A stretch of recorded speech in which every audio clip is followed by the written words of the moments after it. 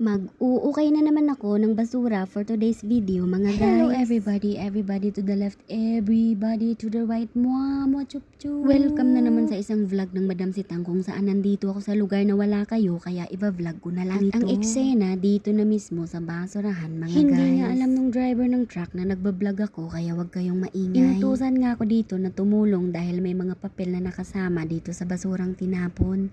Pero iba yung aking motibo. Nakita nyo ba yan, mga damit na pinupulot yung ko? mga papel kasi na napahalo sa basura ay medyo mamahalin. Yun ba yung mga bond paper, yung mga plain? Kaya talagang kailangan daw ako dito. Pero hindi naman ako nakasunod. Hindi rin sila nakatingin. Kaya hindi nila alam yung ginagawa ko. Hindi nga ako nagsisi nung lumapit ako dito kahit nag-end yung live ko. Kasi nandito yung ibang mga kasama ng sapatos na mga naipon ko. Yung left at right, nagkita-kita na sila dito. Pagka nakarma ako dito, matamaan ako ng clamp. Ayan, matuto na talaga akong hindi na mag-vlog isang buwan. Kasi nga, ang utos sa akin, papilang pulutin, abay iba-iba naman yung mga pinupulot ko. Pero okay lang, maiintindihan nila yan. Tapos na kaya yung trabaho. At huwag nyo nang pupunain kung bakit walang gloves yung kamay ko. Sinadya ko talaga yan kasi naiirita ako mag-vlog na mayroong gloves yung kamay ko.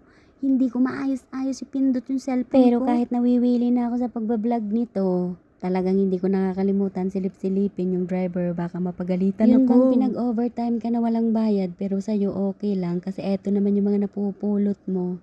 Mga damit Adidas lang naman, o diba magkano bawat isa niyan? Eh hindi lang isa yung napulot ko, 2, 3, meron pa hanggang malakas 8. nga yung loob ko na dalhin yung cellphone ko, mga guys, kasi nga tapos naman na yung trabaho. Pero yun nga, dahil hindi naman nakikita ako, tinatago ko, saka na lang ako sasagot sa kanila.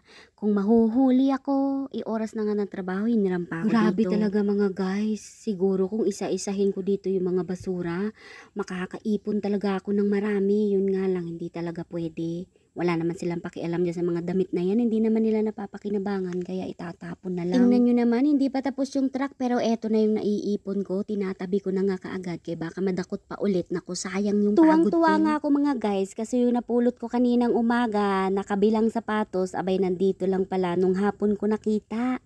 Maibibigay ko ito sa pamangkin ko na nagbabantay ng tindahan ng mister ko. Ayan, for thank you. Gustong gusto ko nga talaga kapag kumukuha kami ng basura na yung mall ang aming pupuntahan. Kasi ang dami talagang mapupulot, lalo na yung mga damit. Eh buti sana kung mga luma, ang bago-bago pa, may mga tag pa, nakita nyo, Eto ba diba? namang mga Adidas na yan? Pangarap ko dati kaso wala pa akong pera. Tapos nung dumating ako dito sa Korea, tinatapon lang nila. Wow, Nawiwili naman talaga ako, hindi ko alintana yung pagod, yung init, basta ganitong mga basura yung mga nakikita ko. Unang-una, iniisip ko kasi isi-share ko din sa inyo.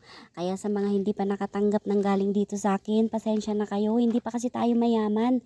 Hayaan nyo, baka isang araw makapulot na ako ng pera na isang bag o isang sako. At meron din ako nakita dito, para siyang sandal, kaso wala na siyang tag, hindi na siya bago, luma na. Pero okay lang yan, kapag mapapakinabangan, ang dami nyo naman dyang mga followers ko na handang tumanggap niyan. O sabihin yung mali ako kasi hindi ko na ipapamigay. Pero yun yan. nga, inuulit ko sa inyo, hindi po araw-araw ay Pasko dito. Merong mga araw na talagang wala akong makukuha kasi busy ako sa ibang trabaho. Kaya swerte ko na kapag nga ganito nasa basurahan ako. Thank you!